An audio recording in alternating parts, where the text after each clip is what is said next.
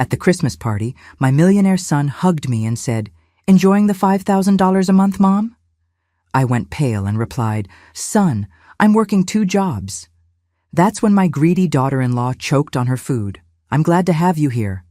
Follow my story until the end and comment the city you're watching from so I can see how far my story has reached." I'm Doreen, and at 65 years old, I thought I'd seen every kind of heartbreak life could throw at me. I was wrong. Nothing prepared me for what happened at my son's Christmas party last December, when my entire world crumbled with just one sentence. The party was everything I'd expected from Boyd and his wife Edna: extravagant, cold, and designed to impress people I'd never met. Their house looked like something out of a magazine, all marble countertops and crystal chandeliers. I stood in the corner of their massive living room, wearing my best dress, a navy blue number I'd bought on clearance 3 years ago, feeling completely out of place among the designer gowns and expensive suits. My feet were killing me. I'd just finished an 8-hour shift at the grocery store where I work as a cashier, and before that, I'd spent the morning cleaning offices downtown. At my age, working 2 jobs wasn't easy, but it was the only way I could make ends meet. My Social Security barely covered my rent, let alone food and medication. Boyd was across the room, looking every inch the successful tech CEO he'd become. Tall, confident, wearing a suit that probably cost more than I made in 2 months. He was laughing with some business associates, gesturing with a crystal glass of what I knew was expensive whiskey. My chest swelled with pride despite everything. He'd worked so hard to get where he was, and I'd sacrificed everything to make sure he could. Edna floated between groups of guests like she owned the world. She'd always been beautiful, blonde, perfectly put together, with the kind of confidence that comes from never having to worry about money. But there was something cold in her green eyes whenever she looked at me, something that made me feel small and unwanted. I was reaching for a small sandwich from the appetizer table when Boyd approached me. He'd had a few drinks. I could tell by the slight flush in his cheeks and the way he moved just a little too confidently. "Mom," he said, wrapping his arm around my shoulders in what looked like an affectionate gesture, but felt somehow calculated. "You're looking good. Really good." "Thank you, sweetheart," I replied, trying to ignore how forced his smile seemed. "This is a lovely party. You and Edna have outdone yourselves." He nodded, but his eyes had that distant look I'd grown accustomed to over the years, like he was performing the role of a good son rather than actually being one. "I'm glad you're here," he continued, and then his voice took on a tone I'd never heard before, casual, almost mocking. "Enjoying those $5,000 a month, Mom? Really living it up, I hope." The words hit me like a physical blow. I felt the blood drain from my face, my knees nearly buckled. $5,000? What was he talking about? "Honey," I whispered, my voice barely audible above the party chatter. "What $5,000? Boyd's expression shifted from casual confidence to confusion. "The money I send you every month. The $5,000 I've been transferring to your account for the past 3 years. I gripped his arm, my heart pounding so hard I thought it might burst. "Boyd, I'm working 2 jobs. I clean offices at 6 in the morning and work at the grocery store until 8 at night. I haven't received any money from you." The laughter around us seemed to grow louder, more oppressive. Boyd's face went completely white. "That's impossible. I set up automatic transfers. Edna helped me organize everything. She said you were probably too proud to mention it, but that you needed the help." At the mention of her name, we both turned to look at Edna. She was standing near the Christmas tree, a piece of shrimp halfway to her mouth. But she wasn't eating. She was staring at us with the expression of someone who'd just seen a ghost. Our eyes met across the room, and in that instant, I saw the truth. The guilt, the panic, the desperate calculation in her face told me everything I needed to know. The color drained from her carefully made-up complexion, and then she started choking. Not choking on the shrimp, choking on the realization that her secret was out. The piece of seafood fell from her hand as she grabbed her throat, making horrible gasping sounds, but I could see it wasn't the food causing her distress. It was fear, pure, undiluted fear. Boyd rushed to her side, patting her back, asking if she was okay. But Edna's eyes never left mine. In them, I saw 3 years of lies, 3 years of stolen money, 3 years of watching me struggle while she lived in luxury, funded by what should have been my support. The room felt like it was spinning. Guests were starting to notice the commotion. Someone asked if they should call a doctor. But all I could think about was the mortgage payment I'd missed last month, the prescription I couldn't afford to fill, the nights I'd gone to bed hungry because there wasn't enough money for both rent and food. The money, I whispered to Boyd as he continued trying to help his choking wife. Where did you send the money? He looked up at me, his face a mixture of confusion and growing dread. To your account, the one Edna set up for you. She said it would be easier to manage that way, that you were getting older and might have trouble keeping track of finances.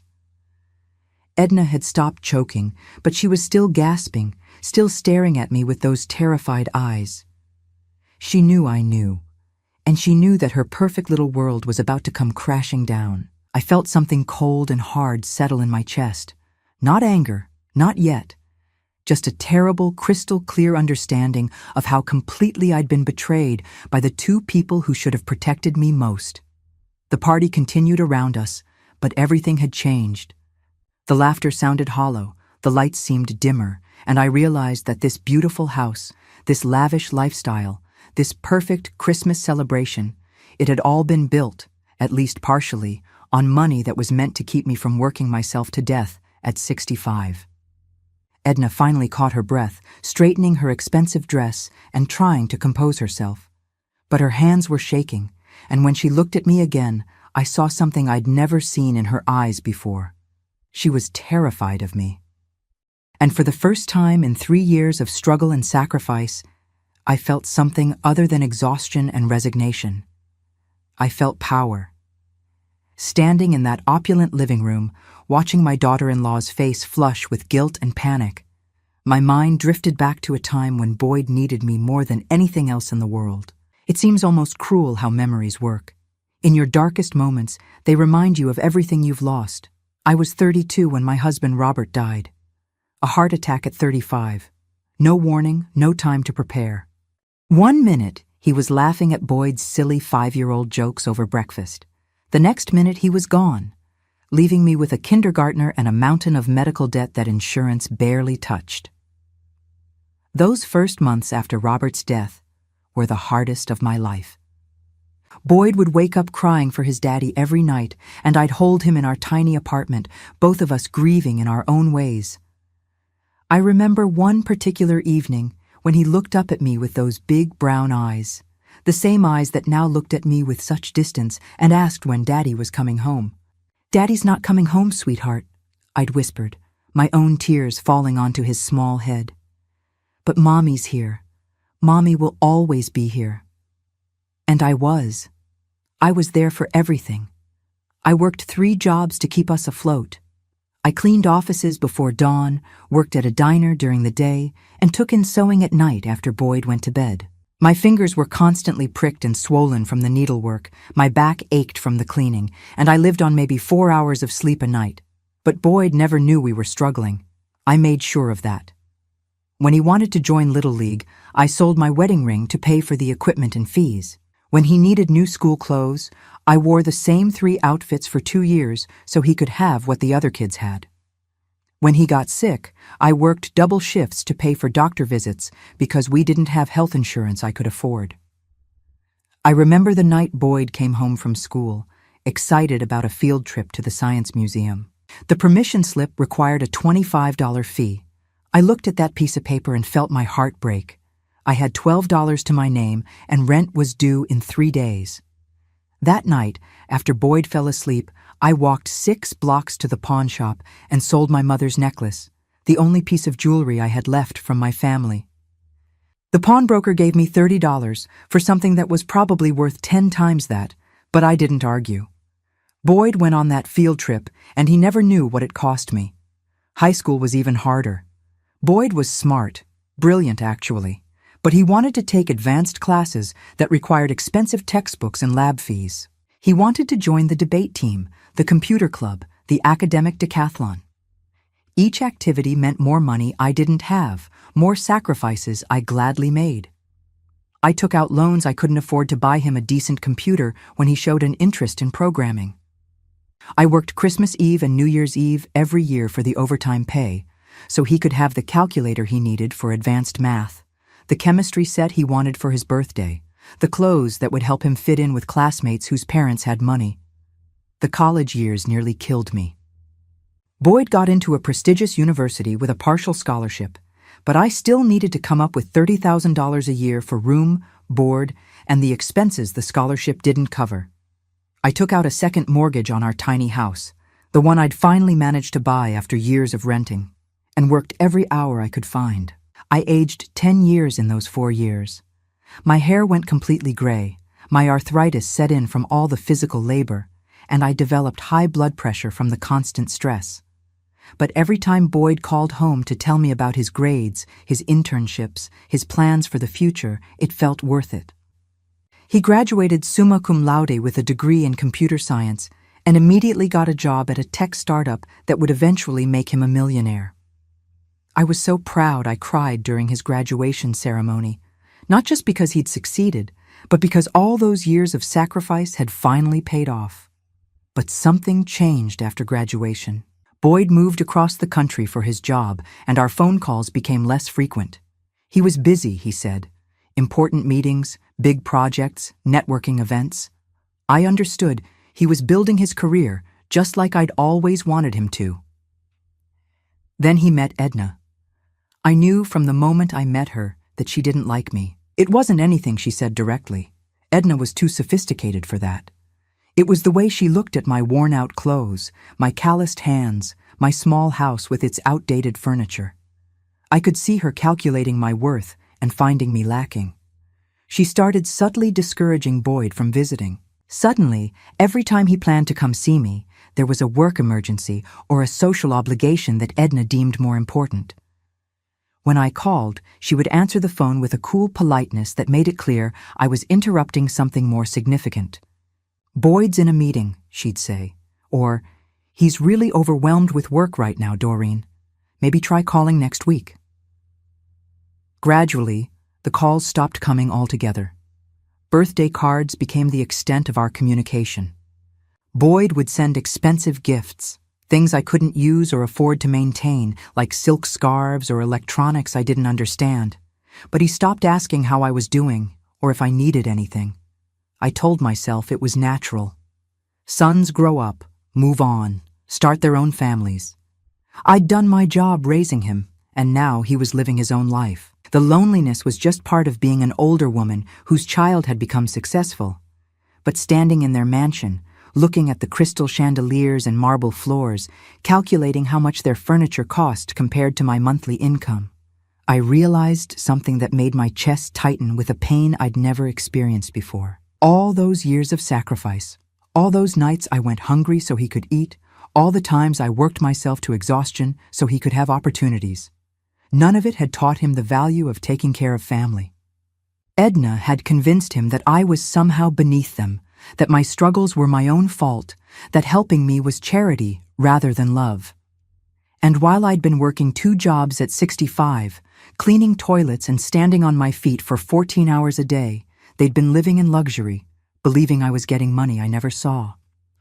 The worst part wasn't the betrayal. It was the realization that the little boy I'd held through nightmares, the teenager I'd sacrificed everything for, the young man I'd been so proud of, had become someone who could forget me so completely. As I watched Edna struggle to regain her composure, still avoiding my eyes, I felt something shift inside me. The grief and confusion were still there, but underneath them was something harder and colder. For the first time in my life, I wasn't thinking about what was best for Boyd. I was thinking about what was best for me. The days following the Christmas party passed in a blur of uncomfortable silence and difficult conversations. Boyd had insisted on driving me home that night, his face pale and drawn as we sat in his expensive car outside my small duplex. He kept apologizing, his voice shaking with confusion and what I hoped was genuine remorse. "Mom, I swear I had no idea," he'd said. gripping the steering wheel so tightly his knuckles were white. "I've been sending that money religiously. Every month, $5,000 transferred to the account Edna set up." I'd nodded, too exhausted and emotionally drained to say much. "I believe you, sweetheart. But we need to figure out what happened to it." 3 days later, Boyd called and asked if he could come over. His voice was different, harder, angrier than I'd heard it in years. When he arrived at my door, he looked like he hadn't slept since the party. His usually perfect hair was disheveled, his clothes wrinkled, and there was something in his eyes that reminded me of the little boy who used to run to me when he was hurt. "We need to talk," he said, settling onto my worn couch with a thick folder of papers. "I've been doing some investigating." I poured us both coffee in my mismatched mugs, the only ones I had left after selling most of my good dishes last year to pay for a car repair. Boyd spread the papers across my coffee table, pointing to bank statements and transfer records with a trembling finger. "Here," he said, his voice tight with controlled fury. "This is the account I've been sending money to for 3 years. Look at the name on it." I leaned forward, squinting at the small print. The account was indeed in my name, Doreen Elizabeth Crawford, but there was something off about the address. Instead of my duplex on Maple Street, it listed an address I didn't recognize. "That's not my address," I said slowly. "I've never seen this account before in my life." Boyd's jaw clenched. "The address belongs to a mailbox rental place downtown. Edna has been intercepting all the statements. She told me she was helping you manage your finances because you were getting older and might have trouble keeping track of things." The words hit me like a slap. "She said I was getting senile?" "Not in those words, but—" Boyd ran his hands through his hair. "God, Mom, I'm so stupid. She made it sound like she was protecting you. She said you were proud and might be embarrassed about needing help, so it was better if I handled everything through her." I stared at the bank statements, watching the numbers blur as tears filled my eyes. Month after month, $5,000 had been deposited into this fake account. But the withdrawal patterns told a different story entirely. The money wasn't being saved or carefully managed. It was being spent, often within days of each deposit. "What has she been spending it on?" I asked, though I wasn't sure I wanted to know the answer. Boyd pulled out another set of papers, credit card statements and receipts he'd apparently gathered from their home. Spa treatments, designer clothes, girls' trips to wine country with her friends, that expensive gym membership she just had to have, the personal trainer, the weekly manicures, the shopping sprees. As he read off the list, I felt a strange detachment settle over me. While I'd been skipping meals to afford my arthritis medication, Edna had been getting $100 facials. While I'd been wearing the same winter coat for 8 years, she'd been buying designer handbags. While I'd been lying awake at night worrying about money, she'd been living off my son's generosity. Generosity that had been meant for me. "There's more," Boyd said quietly, and something in his tone made my stomach clench. I found emails. Correspondence between Edna and her sister, her friends. She's been bragging about it. He handed me printed copies of email exchanges, and as I read them, I felt something cold and hard crystallize in my chest. "You should see how easy it is to manage Boyd's guilt about his mother," one email read. "I just mention how she's struggling, and he immediately wants to throw money at the problem. Of course, I make sure the money goes where it's actually needed, maintaining our lifestyle. His mother is surviving fine on her own. She's tougher than he thinks." Another email was even worse. "The old woman actually thinks Boyd doesn't care about her anymore. It's perfect. She's too proud to ask for help directly, and Boyd feels like he's doing his duty by sending money. Meanwhile, I get to enjoy the benefits without having to deal with a needy mother-in-law constantly asking for handouts." But the email that broke my heart was the most recent one, sent just 2 weeks before the Christmas party. "Boyd keeps talking about having his mother over for Christmas. I can't stand the thought of her in my house, judging everything, making Boyd feel guilty about our success. Maybe it's time to phase out the money transfers. She's managed this long without them. She obviously doesn't really need the help." I set the papers down with shaking hands. Boyd was watching me carefully, his face a mixture of rage and guilt and something that might have been fear. "Mom," he said softly, "I am so sorry. I trusted her completely. I thought I was taking care of you." I looked around my small living room, at the furniture I'd bought secondhand 20 years ago, the carpet worn thin from use, the windows that needed replacing, but that I couldn't afford to fix. Then I thought about Edna's mansion, with its marble countertops and crystal chandeliers and rooms bigger than my entire house. "Where is she now?" I asked. "At her sister's. She left right after the party, said she needed time to think. She hasn't been answering my calls." I nodded slowly. Of course she'd run. She knew exactly what she'd done, and she knew she'd been caught. The question was what she planned to do next: try to deny everything, blame me somehow, or attempt to manipulate Boyd into forgiving her. "Boyd," I said carefully, "I need you to understand something. This isn't just about the money." He frowned. "What do you mean?" "She didn't just steal from me. She stole 3 years of your love, your concern, your care. You thought you were helping me, so you didn't worry about whether I was okay. You didn't call because you figured the money was enough. She made sure I felt abandoned by my own son while she enjoyed the benefits of your generosity." Boyd's face crumpled, and for a moment he looked exactly like the little boy who used to cry in my arms after his father died. "I abandoned you," he whispered. "I let her convince me that sending money was the same as caring." "You didn't know," I said. But even as I spoke the words, I felt the weight of all those lonely years, all those nights I'd wondered why my son never called, never visited, never seemed to care whether I was struggling. "I should have known," Boyd said fiercely. "I should have visited more, called more, paid attention. I should have seen that you were working yourself to death while my wife was living in luxury." We sat in silence for a long moment, both of us processing the magnitude of Edna's betrayal. Finally, Boyd spoke again. "What do you want me to do, Mom? I'll leave her. I'll make sure you get every penny back with interest. I'll do whatever it takes to fix this." I looked at my son, really looked at him, for the first time in years. Underneath the expensive clothes and successful exterior, I could see the guilt eating at him, the genuine horror at what his wife had done. But I could also see something else. A man who had become comfortable with the idea that money could solve problems, that financial support was equivalent to emotional care. "I need time to think," I said finally, "about what I want, about what's fair, about what comes next." Boyd nodded, gathering up the papers. "Of course. Take all the time you need. And Mom, I'm going to make this right. I promise." After he left, I sat alone in my small living room, surrounded by the evidence of Edna's deception. But I wasn't thinking about the money anymore, or even about the betrayal. I was thinking about power and how completely I'd given mine away without even realizing it.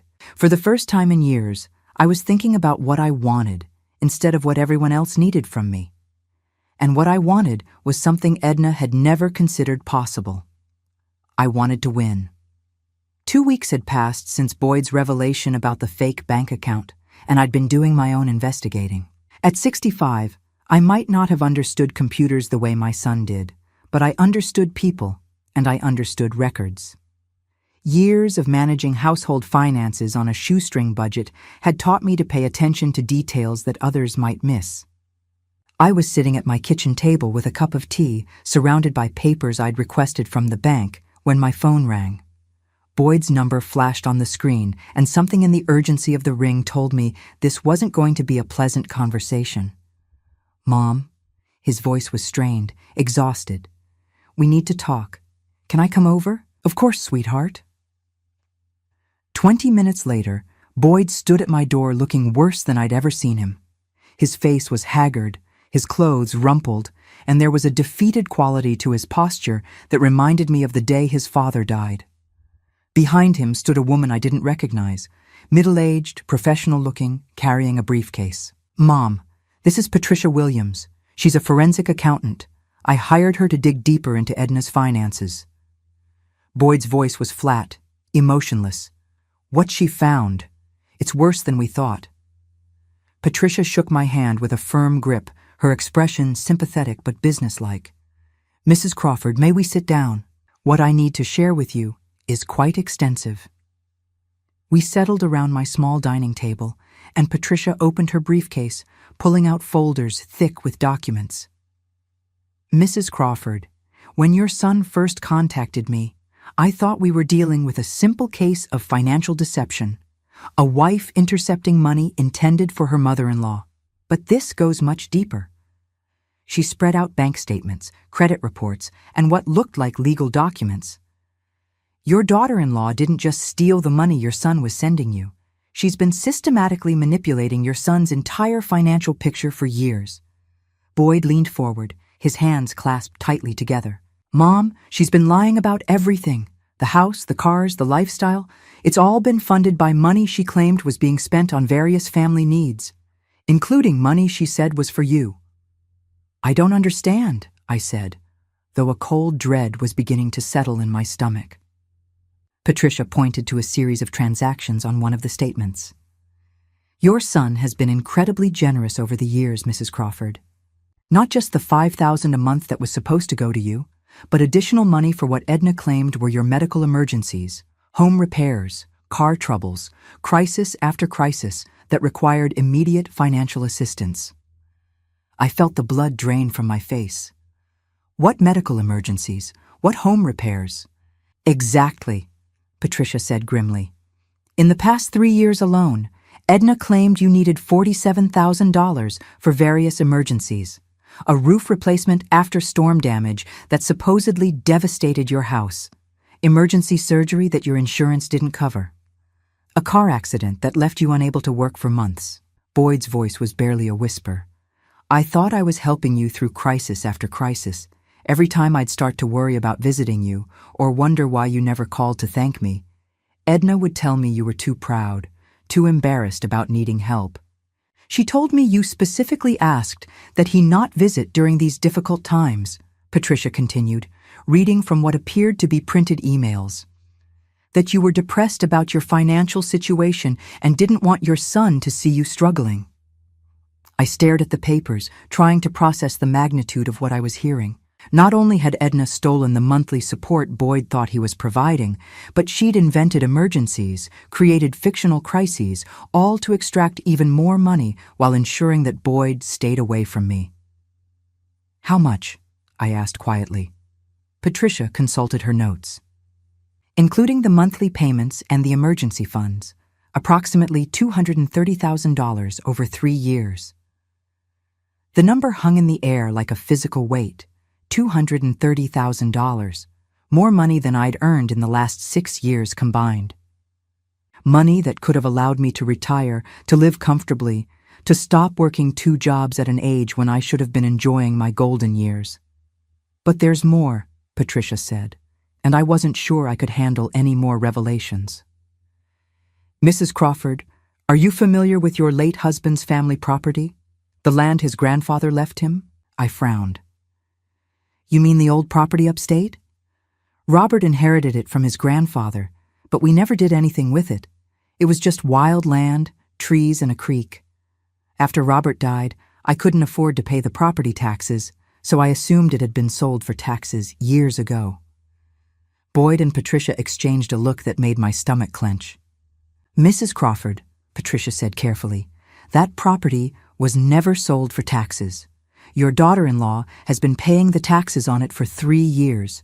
She also commissioned a land survey and an environmental assessment. Why would she do that? I asked, though something deep in my gut already knew the answer wouldn't be good. Because the state is planning a new highway expansion, and that property is directly in the path of development. The government will be forced to purchase it through eminent domain, and the compensation estimate is between $1, $2, and $8 million. The room started to spin. I gripped the edge of the table, trying to process what I was hearing. Are you telling me that land is worth over $1 million?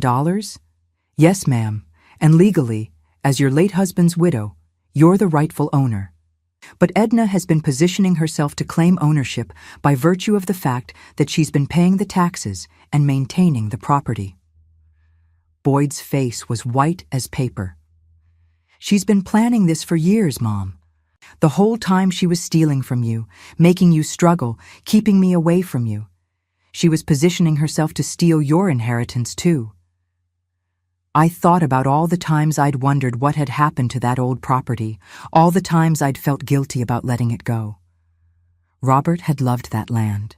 His grandfather had cleared it by hand, built a small cabin there that had long since fallen down. I'd always meant to visit it, to see if there was anything salvageable, but I'd never had the time or money for such a trip. "She's been going there," Patricia continued. "Maintaining the access road, clearing brush, even having the old foundation surveyed. She's created a paper trail that suggests she's been the property's caretaker for years." "Can she really steal it from me?" I asked. "Not if we act quickly," Patricia said. "But she's been clever about creating documentation that could support a claim of adverse possession. If this had gone on much longer, she might have been able to make a legal case for ownership." I sat back in my chair, overwhelmed by the scope of Edna's deception. This wasn't just about stealing money or manipulating my relationship with my son. She had been systematically planning to steal my husband's legacy, the one thing of real value he'd left behind. "There's one more thing," Patricia said, and her voice was even more careful now. "Mrs. Crawford, we found evidence that Edna has been researching your health insurance, your medical history, your life expectancy." Boyd made a sound like he'd been punched. "What kind of research?" "The kind someone does when they're planning for future inheritance issues," Patricia said delicately. The implication hit me like a cold wind. Edna hadn't just been stealing from me and planning to steal my property. She'd been calculating how much longer I might live, planning for what she could claim after I was gone. I looked at my son, this successful man who'd thought he was taking care of his mother while his wife systematically destroyed me. His face was crumpled with grief and rage, and something that looked like horror at his own blindness. "Boyd," I said quietly, "I need you to understand something. This isn't your fault." He started to protest, but I held up my hand. "Your wife is a predator. She identified you as someone with money and a generous heart, and she exploited that. She identified me as someone with assets and few protections, and she exploited that too. This was a long-term plan, executed with incredible patience and cunning." "But I should have seen it," Boyd said, his voice breaking. "I should have visited more, called more, paid attention to what was really happening with you." "Yes," I said simply, "you should have. But that doesn't make you responsible for her crimes." We sat in silence for a moment, all of us processing the enormity of what Edna had done. Finally, Patricia spoke. "Mrs. Crawford, what would you like to do with this information? We have enough evidence to pursue criminal charges, civil recovery, and to secure your legal claim to the property. But these decisions are ultimately yours to make." I looked at the papers spread across my table, evidence of the most comprehensive betrayal I could have imagined. Then I looked at my son, who was watching me with desperate hope and terrible guilt. "I need time to think," I said. "But Patricia, I want you to do whatever is necessary to secure my legal claim to that property immediately. Today, if possible." "Of course." After they left, I walked through my small house, seeing it differently now. This wasn't just my humble home anymore. It was evidence of how successfully I'd been victimized. Every worn piece of furniture, every outdated appliance, every sign of my years of struggle stood as testimony to Edna's cruelty. But I was done being a victim. For the first time in years, I had power, and I intended to use it. 3 days after Patricia's devastating revelations, Boyd called me early in the morning. His voice was tight with barely controlled emotion. "Mom, Edna's back. She wants to meet with all of us. She says she can explain everything." I was sitting at my kitchen table, the same table where I'd learned the scope of my daughter-in-law's betrayal, holding a cup of coffee that had long since gone cold. In front of me were the legal documents Patricia had rushed through, official papers confirming my ownership of Robert's family property, along with a preliminary estimate of its value. 1. $6 million. Where does she want to meet? I asked. At the house. Our house. She says it's her home too, and she has a right to discuss this on familiar ground. Of course she did. Even in defeat, Edna wanted the advantage of her territory, surrounded by the luxury she'd purchased with stolen money. But I was done letting other people control the terms of my life. No, I said firmly. If she wants to talk, we meet at Patricia's office, with lawyers present. This isn't a family discussion anymore, Boyd. This is a legal matter. Boyd was quiet for a moment. She's not going to like that. I don't care what she likes. 2 hours later, I sat in Patricia's conference room, wearing my best dress, the same navy blue one I'd worn to the Christmas party, but somehow it felt different on me now, more like armor than apology. Boyd sat beside me, his lawyer on his other side. Across the polished table sat Edna and her attorney, a slick-looking man in an expensive suit who kept checking his phone. Edna looked terrible. Her usually perfect blonde hair was unkempt, her makeup couldn't hide the dark circles under her eyes, and her designer clothes seemed to hang on her like costume pieces on the wrong actor. But when our eyes met across the table, I saw that the calculation was still there, the sense that she was working an angle even now. Doreen, she began, her voice soft and apologetic. I know how this must look, but I need you to understand that everything I did was with the best intentions. Patricia leaned forward slightly, her pen poised over a legal pad. Mrs. Crawford, I should inform you that this conversation is being recorded with everyone's consent, as indicated by the signed agreements. Edna's lawyer nodded curtly. Edna herself seemed to hesitate for just a moment before continuing. I was trying to protect Boyd from feeling guilty, she said, her eyes focused on me with what might have been genuine pleading. You're so independent, so proud. Every time he wanted to help you, you'd refuse. I thought if I managed the financial support discreetly, you could maintain your dignity while still getting the help you needed. I kept my expression neutral, but inside I felt a familiar anger building. Even caught red-handed, she was still trying to manipulate the narrative. And the property taxes? Patricia asked mildly. Were you paying those to protect Mrs. Crawford's dignity as well? Edna's composure slipped slightly. I was protecting a family asset. Boyd is Robert's stepson, and when Doreen passes away, that property would naturally. I'm not Boyd's stepson, Boyd said sharply. Robert adopted me legally when I was 7. That makes me his son, not his stepson. And that property belongs to my mother, not to us. Edna turned to him with the kind of desperate look I'd seen her use before when she needed to regain control. Honey, you're upset, and I understand that. But we need to think practically about the future. Your mother isn't getting any younger, and that property is going to require significant management when the state begins the acquisition process. Management that you were planning to provide? Patricia asked. For a substantial fee, I assume? Edna's lawyer placed a hand on her arm, but she ignored him. I was trying to ensure that Boyd's inheritance would be properly handled. Doreen doesn't understand complex financial transactions. That was when something inside me snapped, not into anger, but into perfect, crystal-clear certainty.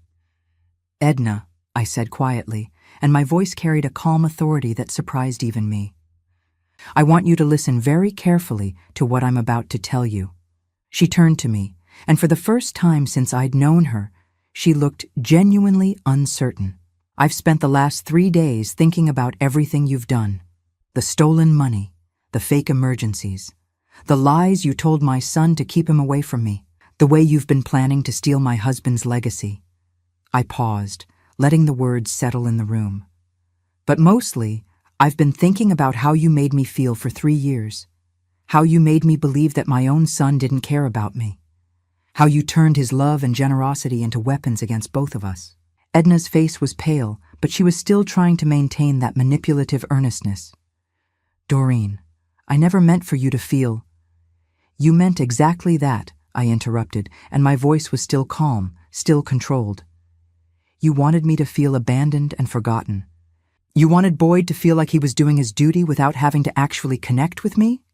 You orchestrated our separation because it served your purposes.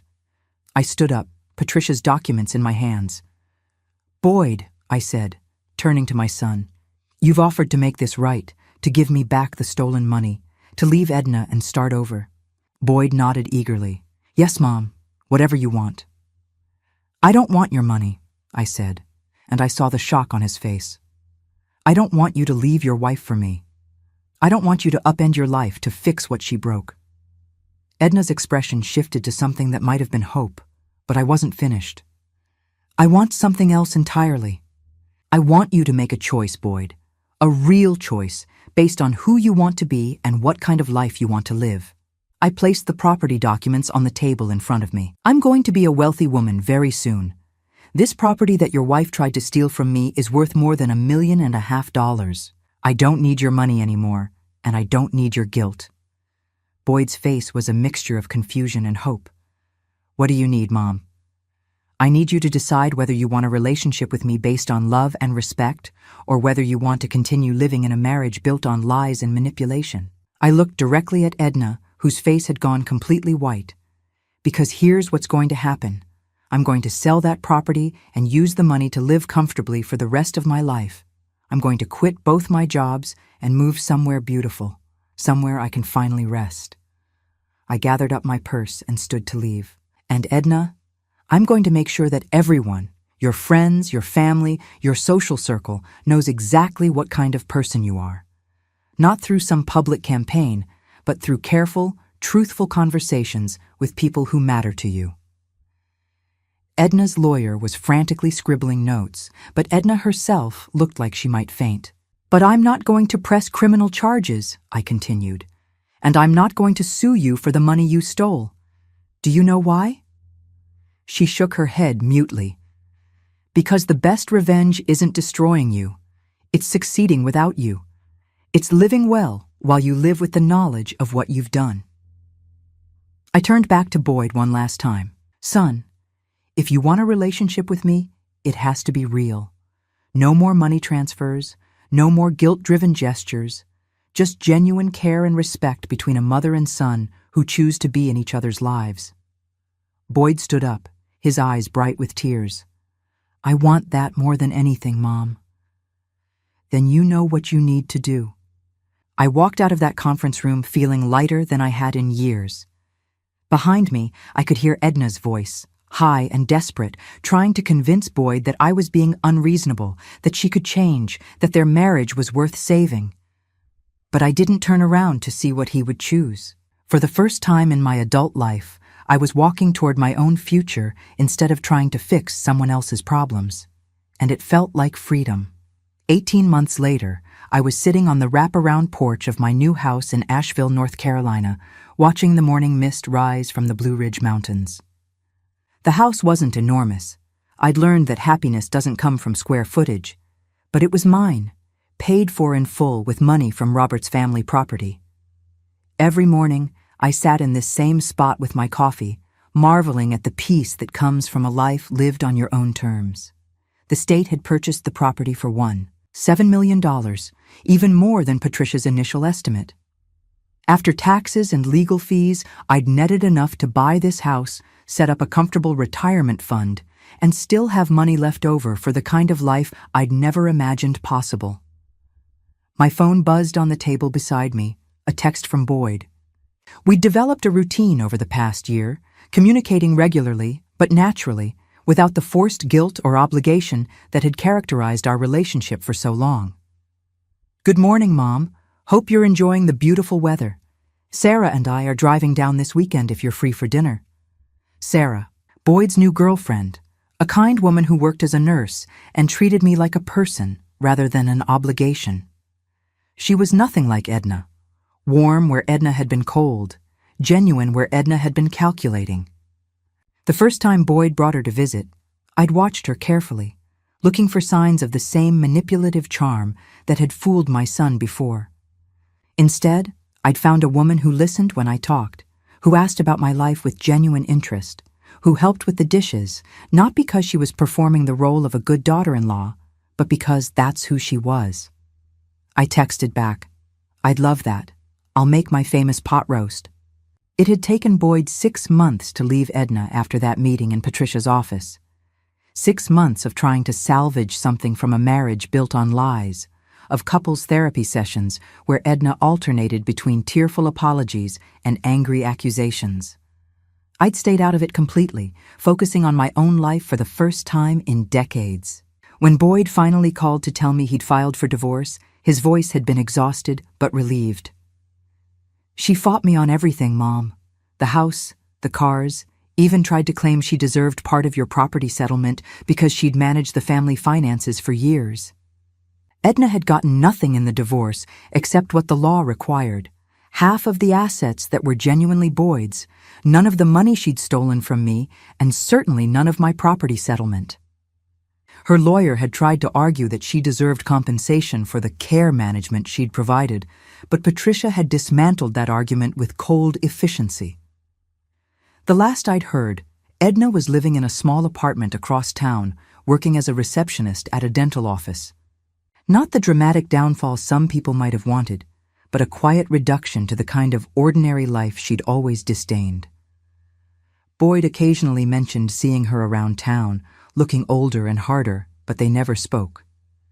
I'd kept my promise about not pressing criminal charges, but I'd also kept my promise about making sure people knew who she really was. Not through any dramatic confrontation or public exposure, but through the kind of careful, truthful conversations that matter in a small community. When her friends asked why Boyd had left her, I simply told them the truth when asked. When people wondered why she'd moved out of the mansion, I explained about the stolen money and forged documents. The truth, it turned out, was more powerful than any revenge I could have planned. My neighbor, Mrs. Patterson, emerged from her own house next door, waving as she headed to her garden. She was 82, a widow like me, and over the past year she'd become the kind of friend I'd never had time for when I was working 2 jobs and worrying about money.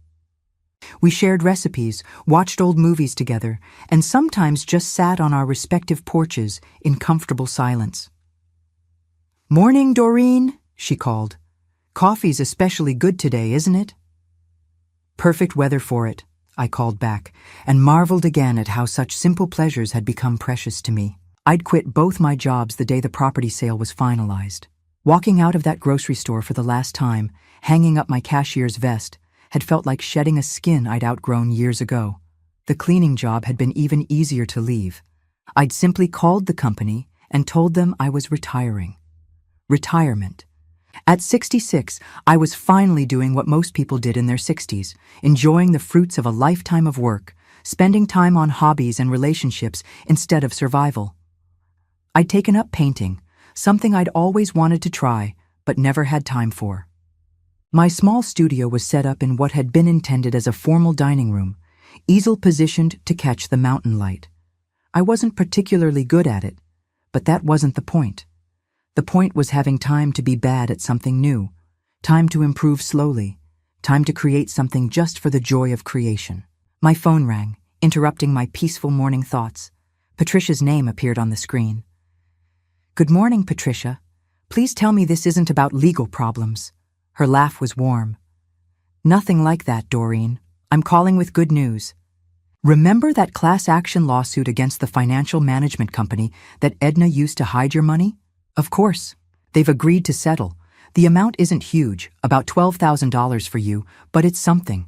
More importantly, the company has agreed to implement new safeguards to prevent this kind of fraud in the future."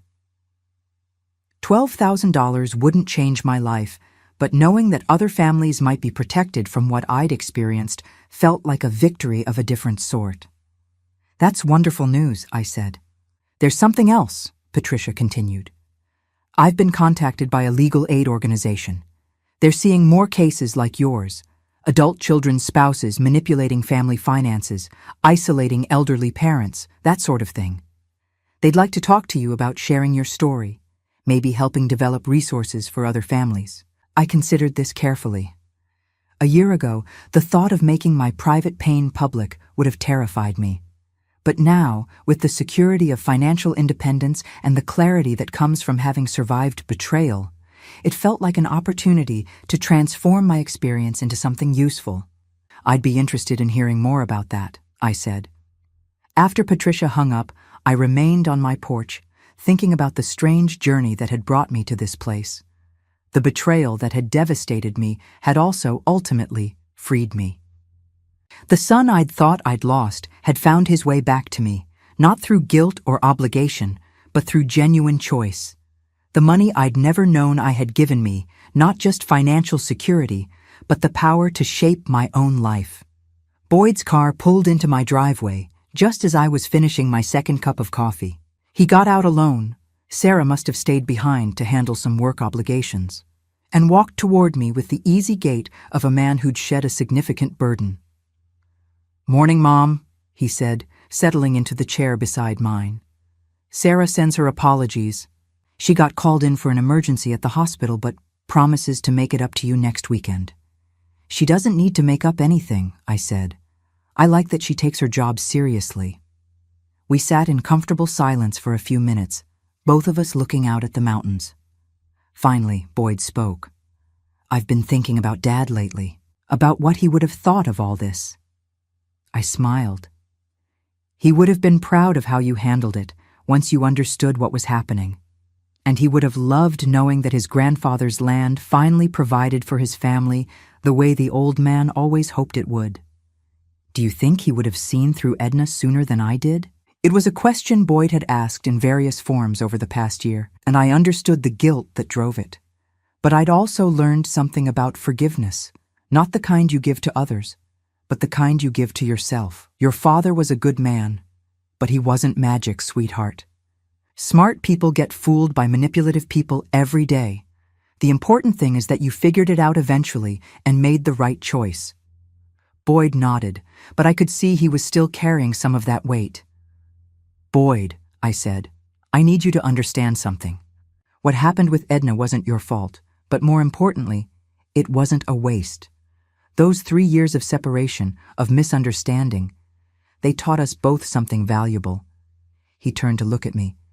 "They taught us that our relationship can't be based on duty or guilt or obligation. It has to be based on choice. Every conversation we have now, every visit, every text message, it's because we want to be in each other's lives, not because we feel we have to be." Boyd's eyes were bright with tears. "I do want to be in your life, Mom. Not because I feel guilty about the past, but because I genuinely like the person you are.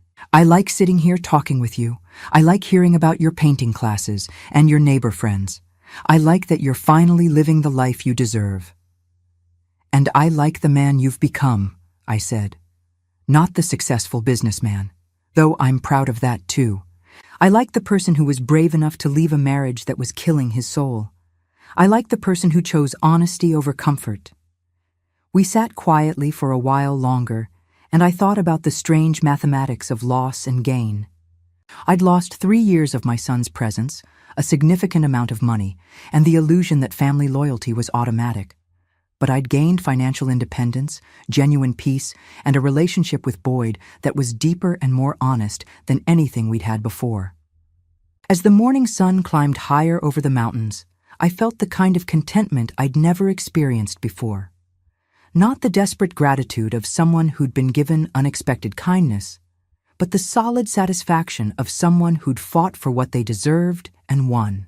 I was 67 years old, financially secure, surrounded by people who chose to love me rather than people who felt obligated to tolerate me. I had time to paint badly, time to drink coffee slowly, time to watch the seasons change from my own front porch. It had taken me nearly 7 decades to learn that the best revenge against those who try to diminish you isn't destruction or punishment. It's living so well that their betrayal becomes irrelevant. And for the first time in my life, I was doing exactly that. Now I'm curious about you who listened to my story. What would you do if you were in my place? Have you ever been through something similar? Comment below, and meanwhile, I'm leaving on the final screen 2 other stories that are channel favorites, and they will definitely surprise you. Thank you for watching until here.